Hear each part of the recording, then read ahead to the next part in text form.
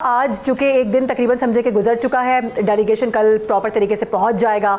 आज भी बड़े सारे लोग वहां पर पहुंचे हैं। ज़बरदस्त इस्तकबाल हो रहा है, पाकिस्तान की हर जगह बातचीत हो रही है, पाकिस्तान का नाम रोशन हो रहा है। लेकिन क्या पाकिस्तान कामयाब हो पाएगा? सबसे इंपॉर्टेंट सवाल ये है, क्योंकि दुनिया की नज़रें इसी पर हैं कि ये जो डायलॉग्स हैं ये किस तरह से आगे बढ़ पाते हैं। क्योंकि एक जानिब ईरान है, दूसरी जानिब हम ये देख रहे हैं कि जो डोनाल्ड ट्रंप है उनके भी मुसलसल ट्वीट्स आ रहे हैं। कभी वो कुछ कहते नजर आ रहे हैं, अभी रिसेंट ट्वीट में तो दोबारा से उन्होंने ईरान को धमकी दी है। देखिए, मेरे ख्याल में पाकिस्तान ने जो करना था वो बड़ी हद तक कर लिया है और ये हिस्ट्री का एक हिस्सा होगा कि पाकिस्तान ने पहली दफ़ा नहीं 1967 में भी देखें तो अमेरिका को फेस सेविंग दी थी पाकिस्तान में, जब वियतनाम जंग में अमेरिका बड़ी बुरी तरह फंसा हुआ था। और आज भी अगर देखें तो शायद ये अमेरिकन एडमिनिस्ट्रेशन और प्रेसिडेंट ट्रंप की ख्वाहिश है कि जल्द अज जल्द जो है जंगबंदी होनी चाहिए, बातचीत होनी चाहिए और वो इस जंग से निकलें। तो पाकिस्तान ने दूसरी दफ़ा अमेरिका के लिए बहुत बड़ी कुर्बानी दी है। हालांकि ये अमेरिकन हिस्ट्री रही है कि पाकिस्तान के साथ उनके ताल्लुकात हमेशा वो कहते हैं ना सास बहू वाले रहे हैं, और कभी वो बहुत अच्छे भी रहे हैं, कभी बहुत ख़राब भी रहे हैं। और हमने देखा अफगानिस्तान के अंदर कितनी दफ़ा हमें डिच किया गया। पहले आप देखें कि USSR के ख़िलाफ़ जो जंग हुई उसके बाद पाकिस्तान को छोड़ दिया, फिर उन्होंने जो है वो सो कॉल्ड अलकायदा के ख़िलाफ़ जो जंग हुई, वॉर ऑन टेरर लड़ी गई, उसके बाद भी एकदम एब्रप्टली वो निकल गए। अब भी हम अमेरिकन से कुछ ज़्यादा बेहतरी की उम्मीद नहीं कर सकते, लेकिन इस वक्त मजबूरी है क्योंकि जो सिचुएशन बनी हुई है मेरे ख्याल में ईरान और अमेरिका दोनों के लिए वो विन विन सिचुएशन के ऊपर जाना चाहते हैं और पाकिस्तान इज़ द कंट्री जो उनको फेस सेविंग दे रहा है। अब असल मामला है इस तमाम प्रोसेस को सेबोटाज करने वाले लोगों का। आपने देखा कि UAE की जानिब से उनके मिराज तैयारे ने जो है वो वायलेशन की है और एक रिफाइनरी को टारगेट करने की कोशिश की, जिसके बाकायदा जो है फुटेज लीक हुई और बाकायदा उसको जो है ना ऑब्जर्व किया गया और कन्वे किया गया, जिसके बाद ईरान ने दोबारा टारगेट किया। असल मामला अब है लबनान के अंदर इसराइली एग्रेशन का और इसराइली एक्सपेंशनिस्ट डिज़ाइन का, क्योंकि प्रेसिडेंट ट्रंप को आपने देखा वो कल परसों बात कर रहे थे तो उन्होंने कहा अच्छा क्या लबनान भी इस पीस डील के अंदर शामिल है। हालांकि जो 10 पॉइंट एजेंडा था वो बैकग्राउंड में और बैक चैनल डिप्लोमेसी में एग्री हुआ था जो ईरान की जानिब से दिया गया था, और उसके अंदर स्टेट ऑफ हॉर्मज़ के साथ साथ लबनान के अंदर जंगबंदी भी इस तमाम तर पीस प्रोसेस का हिस्सा थी, जो कि for the time being cease fire हुआ है। अब इसराइल वो मुल्क है जिसका मकसद इस जंग से कुछ नहीं है, उसका मकसद एक ही है, वो है ज़ायनिस्ट डॉक्ट्राइन, और जिसका मकसद तमाम इस्लामी मुल्कों को तबाह बर्बाद करना है, जिसके अंदर आप समझ लें दरिया इराक से लेकर दरिया फरात तक और दरिया नील तक वो एक ग्रेटर इसराइल कायम करना चाहता है। और आप ये देखिएगा खुदा न खास्ता अगर ईरान के मामलात ख़राब होते या ईरान के ऊपर अभी भी कोई बड़ा एग्रेशन होता है तो next target is not Pakistan but next target is Turkey, और अब देखेंगे ये कुछ होगा। अब GCC कंट्रीज और जो सऊदी अरब और कतर का रोल बड़ा अहम बनता है कि इस मौके पे वो अमेरिकन को प्रेशराइज करें। अब वो कहते हैं owners of responsibilities on United states. अगर ये पीस प्रोसेस सेबोटाज होता है तो वो अमेरिका की जिम्मेदारी होगी, पाकिस्तान की नहीं। लेकिन एक चीज़ आप ज़रूर हमें याद रखना चाहिए कि जब हिस्ट्री लिखी जाएगी उसमें पाकिस्तान का role as a moderator, as a solicitor और एज अ पीस बिल्डर, और हम कह सकते हैं कि इस रीजन के अंदर गेम चेंजर के तौर पे जो है लिखा जाएगा। सही, ठीक है। एहतशाम साहब, मैं अभी देख रही थी कि ईरानी सदर का ट्वीट आया हुआ है, मसूद पज़ेश्कियान कह रहे हैं कि ला नतरकू लबनान, यानी हम लबनान को तनहा नहीं छोड़ेंगे, हम लबनान को तर्क नहीं कर सकते। तो ये अब सबसे इंपॉर्टेंट उनका जो इस वक्त हम देख रहे हैं कि एक फैक्टर है या उनकी एक तजवीज़ कह लें या एक डिमांड कह लें, तो सारी चीज़ें एक तरफ हो चुकी हैं जो वो अपने हवाले से बात कर रहे थे, अब वो सबसे ऊपर लबनान को रख रहे हैं। ये भी रिसेंट ट्वीट है उनका। तो अब क्या समझ रहे हैं कि ये लबनान वाला मामला किस तरीके से आगे बढ़ सकता है, इस पर क्या कुछ हो सकता है? देखिए मारूख, ये जो अब लेबनान पे 2 दिन से हमले हो रहे हैं, कल का खौफनाक जो हमला किया गया उसमें एक इतला 100 लोगों की है, कह रहे थे कि 250 लोगों की है। अभी देखें अब इसमें कैच जो है वो ये है कि वो कहते हैं टोटली अनप्रोवोक्ड हमला था, हमास ने कोई हमला इस दौरान नहीं किया। पिछले दिनों जब इजराइल हमले करता रहा तो उसके जवाब में दिए, अब वहाँ से टोटल खामोशी थी। हाँ। अब जब से ये बातचीत का दरवाज़ा खुला है उसका आप देख लें जिस तरीके से अपना इजराइल ने वहाँ पे हमले शुरू किए हैं, अब सारी दुनिया कह रही है, यूरोपियन यूनियन भी कह रही है, आप यूनान के फॉरेन मिनिस्टर ने भी कहा है, बाकी लोग भी ये कह रहे हैं कि ये इसका कोई जवाज़ ही नहीं बनता। ये सिर्फ इस वक्त वो चाह रहा है कि आखिरी हल्ले में मैक्सिमम लोगों की दबाई ला सके, लेकिन मेरा ख्याल है इस बहुत गलत तरीके से इसको देखा जा रहा है। असल बात यह है हमारों के जो कल मुज़ाकरात होने जा रहे हैं, देखें अब आपको याद होगा कि जब पहले 2 दफ़ा टॉक्स हुई थी अपना इंटरैक्ट टॉक्स हुई थी। ओमान के फॉरेन मिनिस्टर बीच में थे, पहले आपने देखा अपना टर्की में हुई, अंकारा में हुई, फिर जिनीवा में हुई।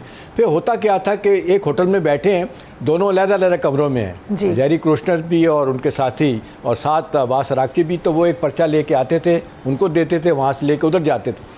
अब इत्तला मेरी ये है कि इस वक्त जो बात आखिरी लम्हे तक हो रही है कि हम चाहते हैं कि पाकिस्तान जो सालिसी करवा रहा है, पाकिस्तान को वो ना करना पड़े कि होटल में बैठे हुए पाकिस्तान एक की बात दूसरे को पहुंचा रहा है। इसलिए कहा जा रहा है ये कंपैरेटिवली, और बहुत मोतदिल आदमी है जेडी वैंस हैं, वो उनका रवैया हार्ड लाइनर वाली है। जिस तरह आपने देखा पीक हेडसेट टाइम और रूबियो भी बात कर रहे होते हैं, वो कहते हैं कि, और वैसे भी वो जंग के ख़िलाफ़ हैं, वो कह चुके हैं। तो ये लग रहा है कि ये अब डायरेक्ट टॉक्स होने की तवक्को है। पाकिस्तान कन्विंस कर रहा है कि आप बीच में बैठ जाएँ, बजाय इसके कि फिर पता चले कि जी ये 15 दिन की जंग बंद होने के बाद फिर दोबारा बैठेंगे। वो कह रहे हैं let's sort it out once and for all. उसका तरीका यही है कि दोनों अपनी अपनी पोजीशन से हटें। और आखिरी बात, इंपॉर्टेंट बात ये है मारूफ कि वो बार बार पाकिस्तान उनको सदर ट्रंप का वो ट्वीट दिखा रहा है जिसमें उन्होंने कहा था कि 10 पॉइंट बिल्कुल अच्छे मुफीद हैं ईरान की तरफ से जो हैं, इन पे बातचीत हो सकती है, दे आर गुड पीपल, हम ये कर लेंगे वो कर लेंगे। वो कह रहे हैं आप उसी पे कायम रहें, आप किसी के में दबाव में आके, या ये डिलूजनल प्रेसिडेंट है, वो जो दिमाग में आता करते हैं। उधर जाने साइलेंट प्राइम मिनिस्टर बैठा हुआ है नेतन्याहू, वो कह रहे हैं कि आप इससे हट के सोचें और अपनी साख को भी देखें। तो मुझे लग रहा है कि जो इत्तलात वाइब्स आ रही हैं, जो इत्तलात इस्लामाबाद में कुछ हल्के में बता रहे हैं, वो यही है कि लास्ट मिनट पर यह अफेक्ट ऑफ प्राइम मिनिस्टर और फील्ड मार्शल का रात से सब लोगों के रबते में है। MBS से रबते में, MBS ने इतना शानदार रोल प्ले किया, देखें वो प्रवोक नहीं हुए, UAE प्रवोक हुआ, उन्होंने देखा अपना एक जहाज़ मिराज भेजा और कोशिश की उन्होंने। अब देखें सूरत हाल जितनी तेज़ी के साथ ख़राब हो रही है, पाकिस्तान इसको बचाने की कोशिश कर रहा है। इंडिया को तकलीफ़ है, उनके देखें अपने लोग टीवी पे आके एक दूसरे को मार रहे हैं, कुर्सियाँ फेंक रहे हैं कि पाकिस्तान को रोल क्यों मिल गया। भाई पाकिस्तान को रोल अगर मिला है, पाकिस्तान ने डिप्लोमेटिक लेवल पे जिस तरीके से काम किया है, अपनी सफारतकारी का जिस तरीके से मुजाहरा किया, और मई की जंग में मई से मई तक का पाकिस्तान का सफ़र उसके 75 सालों में सबसे आगे चला गया। आज पोलिटिकल मिलिट्री लीडरशिप को लोग देख रहे हैं कि आइंदा के तनाज़ों में भी पाकिस्तान जो है ना, उनको इंटरलोक्यूटर के तौर पर देख रहे हैं लोग। तो मेरा अपना ख्याल है कि इस वक्त प्रेसिडेंट ट्रंप के लिए बहुत ही क्रिटिकल मोमेंट्स हैं। अगर वो इससे थोड़ा सा भी पीछे हट जाएंगे तो सूरत हाल ठीक हो जाएगी। अदरवाइज़ ईरान ने तो अपना ज़हन बता दिया, अब ना हरमज़ खुली और फिर बंद होगी। अब ये अगर ये बंद रहती है खुदा ना खास्ता, तो फिर क्या होगा। इतने एफर्ट करने के बाद मामले को यहाँ तक लाए हैं, इजराइल को रोकना है। अब सुनने में यही आ रहा है कि जेडी वहांस ने तो हमायत तो की थी, लेकिन अब उनको पता चल रहा है कि अगर मैं वहाँ जाता हूँ, टॉक्स में बैठता हूँ, अगर मैं कुछ देने के लिए नहीं कर सकता तो ये कैसे हो सकता है कि फिर कुछ बात बन जाएगी। लिहाजा कहा जा रहा है कि गिव एंड टेक के बगैर कुछ नहीं होगा, थोड़ी थोड़ी पोजीशन से पीछे हटना पड़ेगा, फिर कन्वर्जेंस ऑफ इंटरेस्ट होगा। तो उम्मीद तो यही है कि लास्ट मिनट पे कोई सेंस प्रिवेल करेगी और प्रेसिडेंट ट्रंप को कुछ समझ आएगी। अदरवाइज मामला जो है वो शायद फिर उनके हाथ से भी निकल जाएगी। शाह साहब, ये गिव एंड टेक क्या हो सकता है, कौन सी चीज़ों पे मामलात आगे बढ़ सकते हैं, और सदर ट्रंप अगर पीछे हटेंगे तो किस बुनियाद पर हटेंगे वो? क्योंकि अगर ईरान तो ऑलरेडी कह चुका है, बड़ी सारी उनकी शराइत है, जिनमें से वो कह रहे हैं 3 पे तो आपको मानना ही मानना पड़ेगा, जबकि 3 की वॉयलेशन ऑलरेडी हो चुकी है। देखिए मारूफ, सबसे अहम इशू ये है कि जो प्रेसिडेंट ट्रंप की मेन डिमांड है ना, वो ऑलरेडी ईरान उसके ऊपर राजी है। एक है अब नाए हुर्मुज़ का खोलना, वो मेरे ख्याल में इतना बड़ा इशू नहीं है। वो पहले ही कह रहे हैं कि जी ह्यूमैनिटेरियन ग्राउंड पे खुली है, तमाम लोगों के लिए खुली है, जो लोग उसके खिलाफ वायलेंस में इन्वॉल्व नहीं है, हमलों में इन्वॉल्व नहीं है, सपोर्ट नहीं कर रहे उनके नहीं। शाह साहब, रात से मुकम्मल बंद कर दी गई है, इतलात ये है, यही हम तक खबरें भी मौसूल हुई हैं, और वजह ये बताई गई है कि अब जब तक लेबनान पे अटैक नहीं रुकेगा ये नहीं खुलेगी। ये स्टेटमेंट वहाँ से आ रहा है। बिल्कुल आपकी बात ठीक है। वो देखिए वो तो टेम्परेरी, अब आप रिस्पॉन्ड कर रहे हैं इसराइल के एग्रेशन को, और आप इस वक्त देखें अमेरिका इसराइल से हट के निकलना चाह रहा है। ये लास्ट डिच एफर्ट है कि शायद नेतन्याहू प्रेशराइज कर रहा है, वो इप्स्टन फाइल वाले मामले के अंदर शायद दोबारा ब्लैकमेल करो। लेकिन अब तो मेरे ख्याल में प्रेसिडेंट ट्रंप को अपना फ्यूचर नजर आ गया है कि नवंबर में ना वो इलेक्शन जीत सकते हैं, ना मजीद वो शायद उनके मामला खराब होंगे। जो मेन लीवरेज ईरान दे सकता है, देखिए न्यूक्लियर जो इनरिचमेंट का इशू है वो ईरान पहले कह चुका है कि हम हथियार नहीं बना रहे। अब ना हुर्मुज़ अगर वो खोल देंगे तो मामला जो है ना वो चल पड़ेगा। बाकी अगर पीस की गारंटी मिडिल ईस्टर्न ममालिक चाहते हैं तो वो ईरान दे सकता है, और उसके लिए पाकिस्तान भी एज अ गारंटर इस्तेमाल हो सकता है। पाकिस्तान ईरान की गारंटी के लिए तैयार होगा कि जो मिडिल ईस्टर्न ममालिक हैं, UAE का कंसर्न है, बहरीन का कंसर्न है, कुवैत का, वो ऐसा नहीं होगा। आखिरी चीज़ इस वक्त मैं आखिरी उस वक्त बात भी कर रहा था, वो ये है कि देखें इजराइल का जो उसका कोई प्लान नहीं है, उसके जंग का प्लान एक ही है कि ईरान को तबाह बर्बाद कर दे, मिडिल ईस्टर्न कंट्रीज को करे, चाहे वो UAE है, बहरीन है, कतर है, सऊदी अरब है, एंड इवन इसके बाद उनका अगला प्लान ये कि वो लबनान में एक्सपेंड करे, वो सीरिया में एक्सपेंड करे। मेरे ख्याल में ये तमाम इशूज ऐसे हैं कि अब अमेरिकी प्रेसिडेंट को चाहिए ये होगा कि वो इजराइल से गारंटीज ले और ये उसकी रिस्पॉन्सिबिलिटी होगी। ये मजीद मेरे ख्याल में अगर मामलात खराब होते हैं तो अमेरिका की मजीद बेइज्जती जो है ना वो ज्यादा होगी। और इंटरनेशनली आप देख लें कि यूरोपियन यूनियन है या जितने दूसरे ममालिक हैं उन्होंने बिल्कुल आइसोलेट कर दिया अमेरिका और इसराइल को इस वक्त।